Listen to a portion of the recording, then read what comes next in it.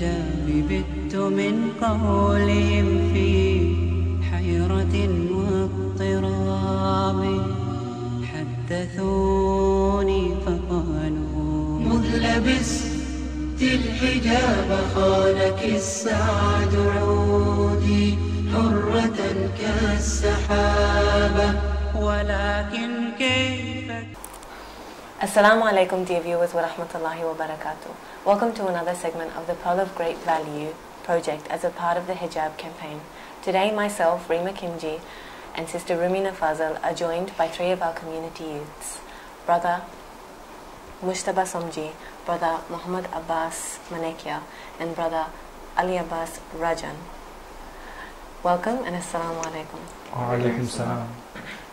Let's start off by asking you, how would you define hijab?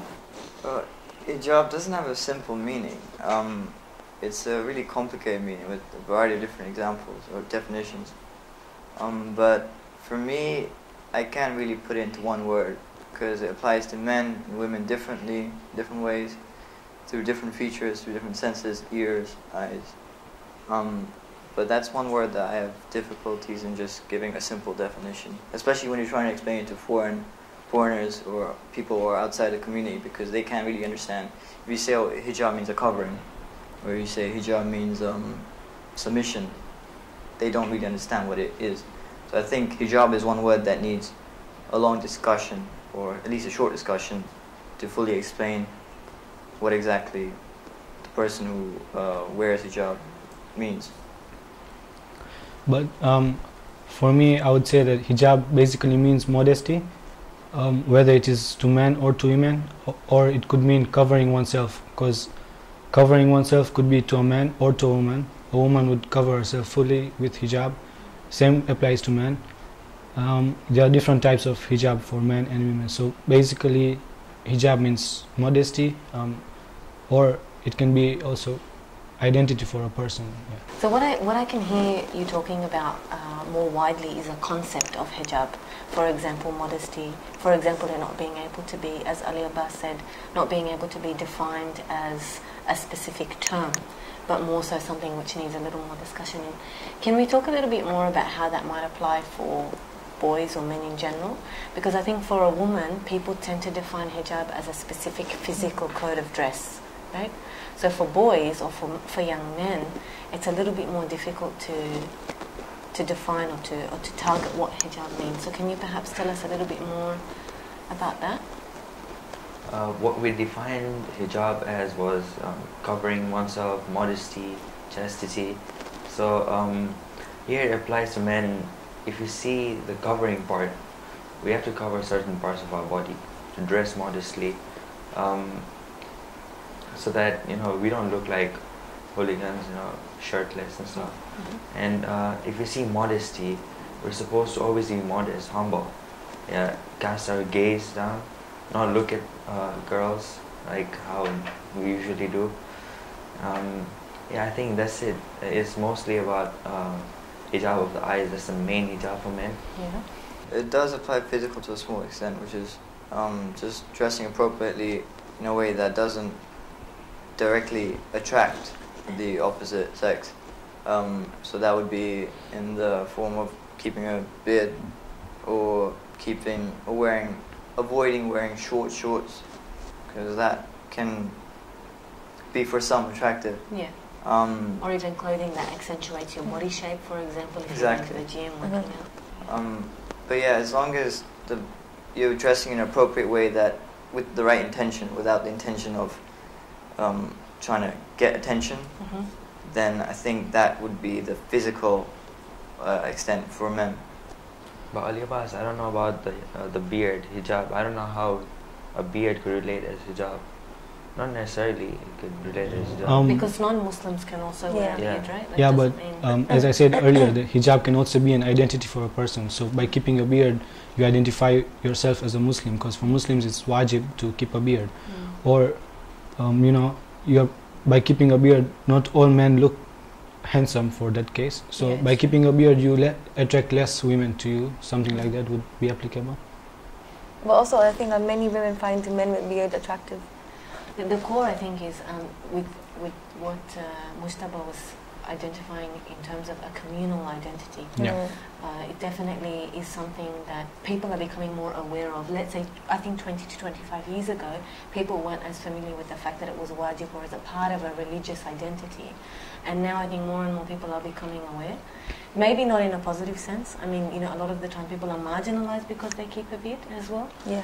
Yeah, so because of the associations with Osama bin Laden, for example, or like religious extremists. So if you do have a beard which is so long or so obvious, sometimes for men it becomes a cause of discrimination. Have any of you ever faced that? Not really. I feel proud of myself by keeping a beard because I traveled once to Zambia, and at the canteen I went to buy something. So the lady's like, Assalamu alaikum. So I replied, Wa alaikum salam. So I was like, how did you know I'm a Muslim? Oh, I came to know by looking at your beard. So I was like, oh, okay. Because my son keeps a beard as well. So like, oh, okay. So that's an identity outside your own country, outside your own community. You are an ideal person. You don't know anyone, and someone comes up to you, oh, you're a Muslim. So I felt proud at that moment that because of my beard, it helped me out. And it has connected you to people. And then every time she would see me, Assalamu alaikum, and this and that. Yeah. And that's also a really important thing, this sense of belonging to a particular group of people. We have statistical research that talks about how a sense of belonging can make an individual more confident and more successful in their life when they have a feeling of support within a particular community. While we're on the issue of community, how much do you guys do for your individual community, or perhaps can you give me some examples of how you feel interconnected with your community? I try to use the media, firstly, through Facebook. Okay. I try to propagate messages, put out messages about hijab, make people aware what hijab is, the importance of hijab, why should we wear hijab, you know. And sometimes maybe in school or on community, if I see people not doing hijab properly, I would go up to them, I would approach them nicely with a good greeting and ask them why they're not doing hijab properly, do they know what hijab is. So a direct talk and media together would be applicable. Okay, excellent. And I've seen positive results, although not all the time it works out, but yeah, it does. Well, I start at home with my siblings and then extend towards my cousins and then extend towards my friends. My friends and I, sometimes we do have healthy discussions on hijab and how to like protect ourselves, and also like how they can change their family and their cousins, because these days hijab is being put down and a lot of people are ignoring hijab. People don't fully follow hijab, both boys and girls, and I think it's important for people to be more aware and keep their hijab. Apart from the regular voluntary I do at mosque, in school, because we have history class and we have teachers who come from Europe and America, they often like to bring discussions, especially in French class, which is quite interesting. They like to bring up discussions about hijab because in France they have the rule, they have a big debate going on there. So I try to put as much as input I can to support the idea of hijab by giving facts or what I've learned as a student madrasa or whatever. And in that way I do try to put whatever input I can in a short amount of time. It does help because some people's opinion have changed. I think Mustafa even noticed that in our school when we go talk to people. They're like, why do you guys wear a beard, or why do you need to put a scarf on? And we give them a good one or two reasons, and there's something like, okay, yeah, that actually makes sense. And then some people are actually even convinced that if I was a Muslim, I'd even wear it. That's the response I've got once. And I think the fact that hijab is applicable to Muslims, some people say that it's a question of freedom, right? That for some people, hijab is a question of freedom. They say that by wearing hijab we are not free to show our body or to dress properly or to wear clothes that actually represent us. But I have a question for them, and that is, they have been brought into this world by Allah subhanahu wa ta'ala, so they have no question to ask why should do that, because there are certain things that help you reach God, and one of them is hijab. And that's one of the most important things, because hijab is a sense of identity again. So I feel that hijab is very important, and hijab is not only about covering oneself or being modest, but hijab has a lot of meanings. It has a lot of concepts. For example, hijab of the eyes, not looking at mahram with the lustful look, or for that matter, the mouth. The hijab of the mouth could be using appropriate language, not foul language, or not singing, or not saying the lyrics of music. And then we have hijab of the ears, for example, not listening to music, or not listening to namahram's voice that would engage you into a lustful manner. Hijab of the hands, keeping away from haram. Hijab of the legs, not going to haram places. So hijab is not only about covering oneself or being very modest, but it's also applicable to each and every part of your body. The whole being, Yeah. if you put it. Exactly. Hijab is everything in your body from top to bottom. That's an excellent point. Yeah. Just want to touch upon something that you said about how people say that hijab would not be something freedom, would not give a woman freedom. But what I would say is that I think it would give you a bit more freedom, because then, especially from men, they would look at you as a person, and they would be, men are forced to respect you because you are dressed in a respectful manner. Whereas I think that the other people who think that they have the freedom to dress however they want, they are pressured by the media to dress in a certain way, to look in a certain way. So, because of that pressure in the media, it's not really freedom, because they're doing, a lot of them do it because it's expected of them. And you're trying to say, I guess, It's not, yeah. it makes you less self-conscious Yeah, by yourself. exactly. Because you got something covering you, so there's no reason. Exactly. Because every day you have to Free to- think, like, what should I wear? Should I wear this? Will this look appropriate for me? I'm this kind of person. But if you have hijab, you're just like, okay, I'll wear a chadar and a scarf, and that's it. Okay, it may be fashionable. There are certain rules for that. But when you do hijab, certain piece is for you, and you don't have to go around shopping and spending like 5 hours just to choose what to wear. Yeah. And if you're seeing this world right now, the way that women dress up is, if you compare them, they look like men. If a woman is standing far, and you can't say whether it's a man or a woman, because the way they've dressed up, jeans and shirt or short, Yes. so the some sense women of, also have lost their femininity Exactly, because yeah. of this pressure. so then the question of again, identity and belonging comes here. Yeah. That's an excellent point. I think also, because of this pressure, for example, for both young men and women, people tend to think that Islam ignores values of fashion and being modern and being part of your society, and it should, like for example, hijab is an oppressive form, or it's something Islamic practice locks you up and it doesn't allow you to live a free and full life. Whereas we see with examples from our Imam alayhi salam, they were always dressed immaculately. They were always especially with Imam Ali Rida alayhi salam, we have narrations where it's said that he wore the finest of robes. And there was nothing wrong with being wealthy and distributing your wealth to the poor, but also spending a certain amount on yourself in order to maintain yourself in the society. We know that about the Holy Prophet in the way that people said he always smelt beautiful, he always had the best of scents. And it's the sunnah of the Prophet to apply. Exactly, to scent yourself before you leave the home, of course with the appropriate scent and what have you. But what I want to also just try and discuss as well is that, do you think that you can still be a good Muslim in contemporary society? What do you mean by contemporary society? As in the pressures In of today's world, like- conforming to perhaps social gatherings, outings, certain fashion trends, possessing certain, gadgets and spending money on flashy cars, for example. Do you think that as a Muslim you can still practice your religion but still live a full life in a materialistic sense as well as a spiritual sense? Here we should look at, there's a difference between fashion and being fashionable. Fashion, if you see most of the fashion in today's world, is all against hijab. If you look at the fashion for girls, skinny jeans, which is completely off hijab. You see a lot of girls these days wear tight and wear mini skirts on top, saying that, oh, we're covering ourselves, that's our hijab. So long as skin is Yeah. not So seen. skin is not seen. That's what a lot of people think hijab is, which is not true. It's actually covering yourself in a way that you do not attract people and you do not reveal your body shape. But a lot of people take that fashion as, oh, okay, we're covering ourselves, that's hijab. They use it as a way to get into society.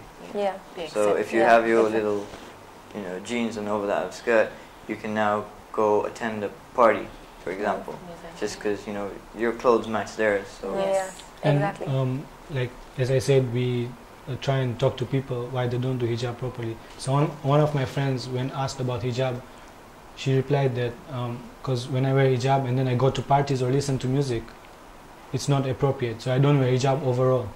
So I told her that, you know, hijab is this and this and this. And she's like, no, I can't do it. I was like, why don't you stop partying in music? So it's like, no, I can't because this is part of my life. I was like, okay, you wear hijab, yeah, that will bring a sense of belonging to you. But she says, no, I can't because I feel wrong when I go to parties and listen to music and go out and this and that. So I think it's very difficult to balance out between your religion life and your, you know, materialistic. Yeah, people definitely find that challenging. They Yeah. definitely feel pulled between the two. Especially as a youth, like the pressures of your social life at school. And Coming back to fashion, a lot of people, they compare themselves to others. They're like, my hijab is better than this so-and-so person. Yeah. Okay, this person hugs girls, I high-five girls. Yeah, Yeah. so I'm better. So I'm better off. Yeah. And The idea They're isn't not what right, you do, yeah. it's about submission. Yeah, So by high-fiving, you're still going against submission right. to Allah. Go on. it's not right what they say, right? Because you're supposed to look at people who are better than you, not people who are under you. Because you're still not keeping your hijab. Right. Yeah. And same with girls. They compare their dressing. They're like, oh, this girl wears a little tighter than what I do, so I'm better off. Yeah. Yeah. Okay, this girl wears hijab, but she high fives. I don't wear hijab, I don't high five. Yeah. You see, these are the things that most of the girls talk about and most of the guys talk about. They compare themselves, which is really wrong. To each other, To rather each than other. comparing themselves to the standard which they should be maintaining, which is perhaps And the one of the Quran. replies I got from one of the girls I know is that, you know, okay, I wear hijab, I cover myself, but I told her, you know, it's attracting boys. So she's like, there's no one lady in our community who doesn't wear a scarf without a diamond. It's like, why are you comparing yourself to someone? You are yourself, you will go to Allah yourself. But it doesn't work because the connection between the person and the Lord is, you know, closed down because of shaitan. So it's our responsibility to do that. Yeah, it's very difficult. But you know, our ulama have recognized this. They have recognized that we as human beings have this nature and this tendency to compare ourselves to each other. And that's why we see in the Islamic Republic of Iran, for example, the attempt to establish an Islamic society. Because in that society, if all the women are adhering to one form of public dress, which is hijab, however that may be manifested, you know, is up to the individual. But if that's there, then the basis of comparison is hijab, right? Yeah. So the Islam does recognize this, but unfortunately, because we don't live in an Islamic society, let's focus here in Tanzania, it's difficult for us to do that. That's why Islam is a holistic system. Islam provides a system of life, and that's when hijab can be best practiced within that Islamic system. But can we touch on one thing, especially with social forms of media, because our youth are pressured a lot by that, you know, Facebook, Twitter, all these, you know, or even WhatsApp. I'm not sure if you can even put pictures up on WhatsApp or how it works. But these kind of things sometimes push the boundaries of hijab. And we've seen with what Ali Abbas said earlier, with regards to social communication and how it helps to explain hijab and helps to let people know what hijab is and break down those barriers between Muslims and non-Muslims. But can it also, on the other side, for example with Facebook and how Facebook is used, can it also push the barriers of hijab as well? Definitely. Yeah. Well, obviously, they see their friend who are not Muslims put their photos up and they're getting likes, they're getting comments, they're getting all that attention. Yeah. And they're easily encouraged to say that, why shouldn't I put my picture, then everyone will get attended to that. So it does have a huge negative effect. And the person doesn't realize it, they think, oh, it's just a picture, there's nothing wrong, it's just one little frame. So yeah, in that sense, I do agree that Facebook does have quite a push in this sense.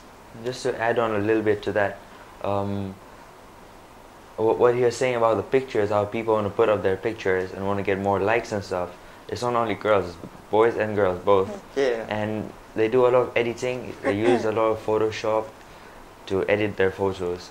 And this has come up with the problem of marriage, because I've heard a case where somebody liked somebody on Facebook through their pictures and they talked for some time. And when they met with the parents, they actually didn't like each other, because Full was because misleading. they did It not see is. the inner beauty. Yeah. They saw Yeah. the outer beauty. Exactly. Yeah, exactly. Yeah, and So they started off on the bad premises. On the bad Yeah. And premises. then, it ended up. Exactly. Because I think a lot of people, especially with Facebook, are living Artificial, right? artificially. Yeah. Yeah. Because like you said, they edit the photos. Yeah. You know, sometimes you make comments necessarily, you're not necessarily in a certain place, but people will put these comments up to see the reaction and things like that. So we have seen through different examples over history where these kind of chat websites and things like that are very misleading because people are living a certain life which they want to live, not necessarily the reality of their particular life that they live. I remember Said Amar saying about Facebook. Someone asked a question about Facebook, are there hijab limitations on Facebook? So Said Amar replied, yes, there are hijab limitations. You shouldn't post photos that are attractive, not only women but also men. Some of my friends do post pictures of their bodies, showing their bodies, like going to gym. What's the point of all that? It's your body, keep it to yourself. But now they want the comments, oh baby, and oh sweetie, and Yeah, oh it's handsome, true. all those comments, which again hijab comes in because the language that you use, the interaction that happens. So hijab limitations are important for media as well. Having said this, oh sorry, do you want to? yeah, I just want to add one thing. Sure. Sayyid Ammar also went to an extent of hijab on Facebook that even I was surprised. You know how there is poke on Facebook? Yes. You can poke someone, you can't poke a girl because that's not hijab. Because you're breaking that barrier. Because you're breaking that barrier. It doesn't mean you're physically doing it, but you're breaking the barrier. Well, you're encouraging her Yeah. to reply to you, right? Exactly. So you're initiating Exactly. some kind of communication. We just want to touch upon what you were saying about men's hijab, women's hijab. Do you think men's hijab or women's hijab is more important than the other? Yeah, I think men's hijab is more important Okay. because as a lady, you will cover yourself, correct? But you can't do much not to attract men. Some people have bad looks. You just pass by the streets, full black chadar and scarf, but people will make fun of you. They'll make those whistles and all those funny sounds. Yeah. So I think hijab of the men is more important because the main hijab of the man is to lower the gaze. So if that's not applied, then I don't think the major responsibility is on the women. Yes, women have to play a part, but men have an important role. But do you think that's because the man is the seeker and the woman is the sought? Like this is our natural chemistry, this is where Allah subhanahu wa ta'ala created us. Yeah, Is that why a man largely carries the responsibility of hijab? yeah. Is it because he's the one who's going to seek after the girl? I think Yeah, 'cause- mostly that's the main thing. But I think that both their hijabs are equal, and both of them need to be equally responsible for hijab. Like men have a power to win over women, like just by showering compliments on girls and stuff. It's easy to win over, even if girls are strong with hijab and strong in faith. They do fall into traps, and at the same time, even women have this power to win over men by being nice and stuff. And so I think they both have an equal responsibility in hijab. Yeah, I don't think you can really judge it. I mean, men have their own difficult ways, women have their own difficult ways. Women may seem more physical, materialistic kind of end, whereas men is more inner. And so they're both difficult. I mean, as a guy, we only know how difficult the guy is. Yeah, right. Yeah, But, exactly. I do know girls complain a lot, and we don't really complain because ours seems easier, but it's not. I think more women think that it's harder for girls because it limits them from, for example, swimming in public or attending certain places in the society. So they feel it limits them more, and then also they have to cover more of their physical body as well. So I hear a lot of young women, especially complaining about the heat or complaining about matching clothes and things like that. So their focus tends to be on the physical hijab, whereas we feel like perhaps it's good to talk to you because we get some insight, right, into the difficulty for you guys as well. Another thinking men have that whenever they see girls without hijab, they get more attracted and they appreciate more. They're like, oh, they look good. But what we really need to have feeling inside us is when we see a girl wearing hijab, we need to appreciate, we need to be happy and know that, oh, our girls are wearing proper hijab, and that it's good to see them with hijab. Absolutely. That's how we should change our thinking to be. I would disagree about how men are more attracted to girls without hijab. Because the way I see it, and a lot of other people I know, is that they see hijab a form of love. This is because but if a woman wears hijab or a man applies hijab to himself, they are basically, in other words, saying that the woman's saying that only my husband or whoever I'm engaged to has the right to speak to me in a certain manner, to see me in a certain manner, and that devotion towards the husband is portraying some form of love. And men actually feel appreciated by, they admire that respect the woman keeps for them. She preserves herself for that one man. So it's not, it can be seen both ways. It depends. Are you more attracted to because you can show off to people that your wife or whoever looks so beautiful and that everyone should be jealous or something? Or are you more appreciated by the fact that she can cover herself and only you have the right to see her? Ravina and I have seen this because we've worked a lot with young girls in the community, and I think both of your points are really valid, because on the girls' side, some of the girls do feel that if they wear hijab, boys would not be interested in them because they don't see the value of that. That the boy wants a girl who he can see, her physical attraction from the initial phase, and a lot of girls have expressed that they feel, boys think, they're boring, or they've had no experience in life, or they're not interested in enjoying their life as well because they're too religious, or they buy the book. There is this feeling or this lack of confidence, in our young girls. And I think I agree absolutely with what you said, Muhammad Abbas, about changing the perspective. Because a lot of boys, and I think it's a majority, I'm sorry, I disagree with you, we do see them go for the girls without hijab. So it doesn't give the girls who observe hijab prior to marriage much confidence. They think, the boy wants to marry a girl without hijab, and then she'll put hijab on when she gets married, or when she's already with him. I think that's a lack of understanding. I think the perspective needs to be changed, and it could be helped by like an image of, so for example, you have a closed suite and next to it you have an open suite, and think of the closed suite as one that is observing hijab. It's quite funny, but in the same way, the closed suite can symbolize, a woman who maintains her hijab, who keeps her purity. Wrapper is a protection, for this whole protection idea, and she preserves the suite. Whereas the open one is the one without hijab, and that's been seen by other men. So it's been talked to in a inappropriate way. So you can describe that as a suite that's been like tainted or used or eaten by the flies. Or and when you compare these two suites and you kind of bring this image onto women, what would you rather pick? Would you rather pick the woman with the hijab, who is like a closed, preserved suite for you to take, or would you pick the one that's open, that's been kind of like everyone's had a bite of it, in a way? Absolutely, that's a good example, because I think it's like you said, when you move it over to women, it becomes an obvious choice, right? It becomes an obvious choice. And I think also relates back to like the name of this campaign. Absolutely. Like the pearl of great value, you can view the woman as the pearl. And I think like a woman's responsibility, if they complain that boys aren't attracted to us if we preserve hijab, I think the woman should preserve hijab, and should do whatever for Allah, and they should have trust in Allah subhanahu wa ta'ala.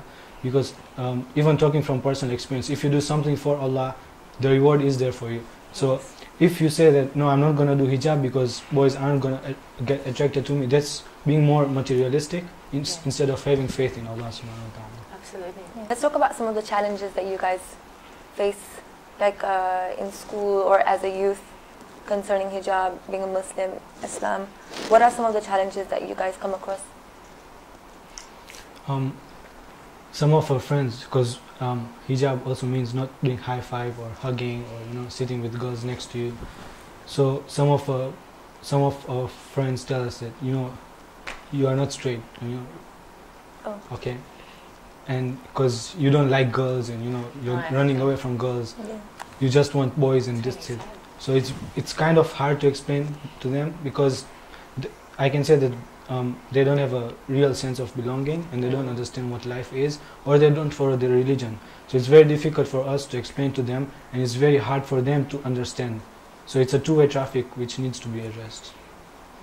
You know, it was difficult in the first few months of school because we started the school in the international school.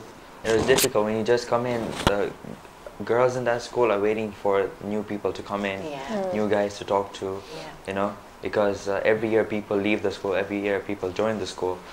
So it was difficult in the start since, you know, so many people came up to us to know us, to get to know us, to talk to us, and they'd come, oh, you know, can you hug us? Can you give us a hug? You know, that's how they greet each other. And it was difficult for us to say no, and we had to explain them. They did get offended first few times, but then people got used to us.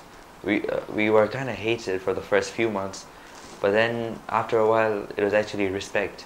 People knew that, we can't touch them, you know, you can't sit next to them. Even if there's no seat, they wouldn't sit next to us or look for another seat. Now we feel respected. And also we also told them about music. So we also respect in that way. They don't play music in public in front of us because they know we don't listen to it. And even if they do once in a while, okay, and we have to leave. But even though it was hard in the start, we did go through a tough time, but it ended up actually giving us more respect. Excellent. And some other Muslim boys and girls actually got inspired by that, because they saw that, no, this is a sense of belonging. This is actually being proud of your religion, following what has been prescribed for you. So they actually got attracted towards religion, and they started following us. So that confidence kind of drew them towards you. That's excellent. It's definitely something you have to build in school. You can't just go first day and someone comes and offers you, because hugging and greeting, shaking hands is a casual form of greeting in our school. So if you tell them no the first day, you can't expect them to be all nice to you. I mean, they have some grudge already formed.